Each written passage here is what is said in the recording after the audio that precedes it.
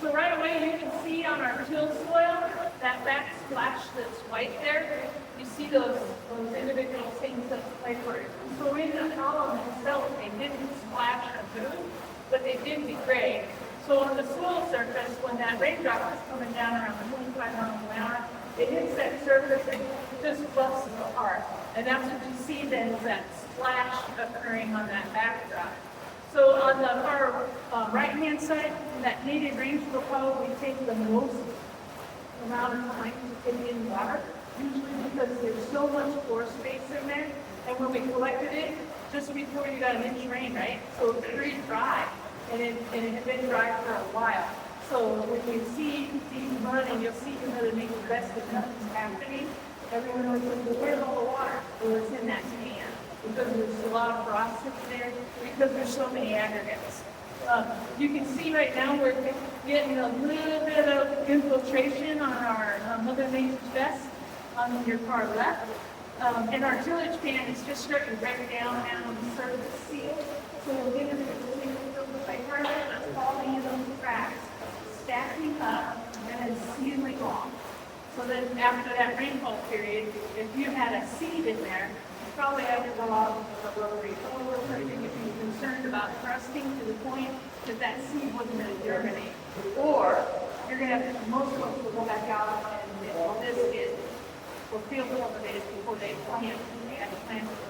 It gets pretty hard when it gets hot right in the summertime. So it's really starting to take on some water. And you can see that raised pan, the raised no-till had the 3 degrees before that was row crop. It's just starting to take some water in. Same with Bryce's pan and no-till. What do you use? No-till, what was that? 15 bucks. 15 bucks, okay. Probably about the same for that raised one over on that side.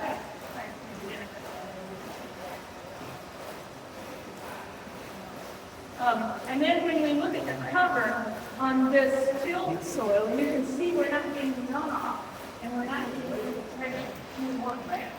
But what's happening is that residue is taking a lot of that water in and it's making its way down into that pan. So we're just starting to reach the surface of that pan and then we start to trickle it. So there's less of an impact of that raindrop doing that and it's floating. When you put the cover on, that's the key to biological filthy worming soil. The thing you need to supply are the living roots if you're in an annual system and cover, nearly continuous cover. They will go ahead and build the rooms, which are the aggregate base, the aggregate pore space in themselves, through the use of those polysaccharides and that glycoprotein. So they'll make their own little rooms, they'll hide in there, they'll die in there, they'll reproduce in those. And that starts to build that organic matter as they turn over and slowly die. You'll start to see that, people will start to get larger, and those aggregates will get larger, and will be more size over a period of time. You want to go just a little bit longer? But we're still getting a lot of backsplash you can see from our till pan, and it still hasn't stopped. So you can see the long range between events, that will continue just to break down, and break down. Eventually, if it's out on a field scenario, it will find, wherever that slope is, we'll find a common area that's the lowest point of the field, and then it will shoot down and you'll end up with some turbidity, turbidity and concentrated flow that we see in the ephemeral array. And then you end up with eventually going in and fill that and including, unfortunately, the terrorists out there in the field. If you go ahead and stop on the people on the Thank you, Bryce. All right, so if you stand here and listen, you can hear there's a lot of water still continuing to run down through these hands. So were you pretty close on your guesses? Anybody get close? You'll all get tried anyway. Not like you don't get to have them. So if you look at the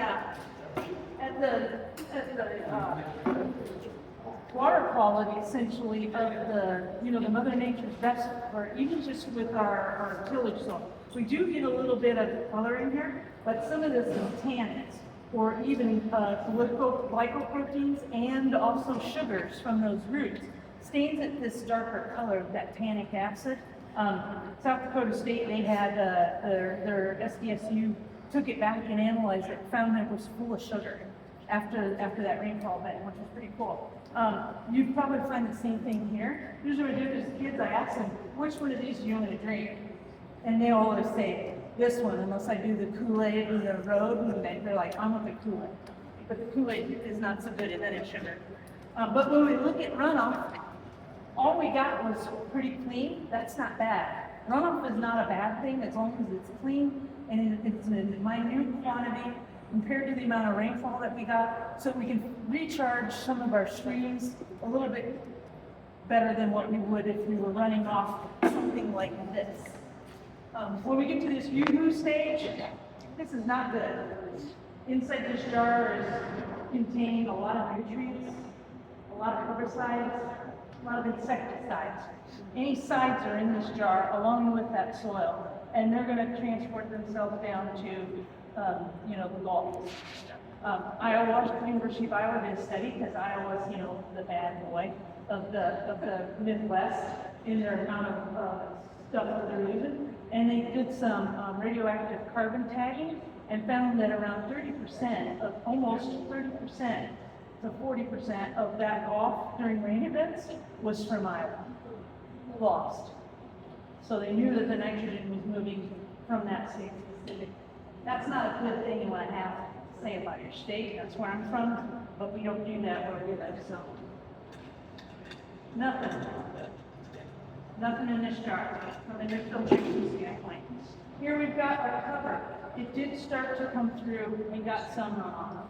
We didn't get any in because of that breakdown on that surface just below there. It's just too deep to take that water in. But you'll see there is some water when I take that. It'll be a little deeper in the pan than it is in the total pan. And then we've got rices. There you go. And you. So let's take a look at what went on inside that pan. We're going to flip this one. Oh, sorry. Very good. Oh, sloshed it. I'll go clear over. Oh, I did it right out of Gillespie. God, that's sad, isn't it? That's what he does. I was looking in, he went and took the pan and just kind of, and it was, I was like, you gotta stop that, right? Like that. Thank you, rice. And when you saw him slap it, did you see anything? Did you see the poof? Not so good, right? We don't want to see a poof. So when we look at something like this, and say you did just plant a corn plant, seed in the ground, how deep do you plant your corn? 2 inches. So would it have gotten the moisture during this rainfall event? No. So you're gonna have to wait for another one that would be more gentle, probably make its way down eventually. But we don't want to see this scenario. This is expensive. This costs this person a lot of money, and time, and fuel, and energy from all of the sides they put on, plus the fertilizers, compared to this scenario where they actually have started reducing funds because they're not harvesting it now. They've got, as Dale Kirkham always says, the cows have 4 legs in a rumen for a reason. They're mobile.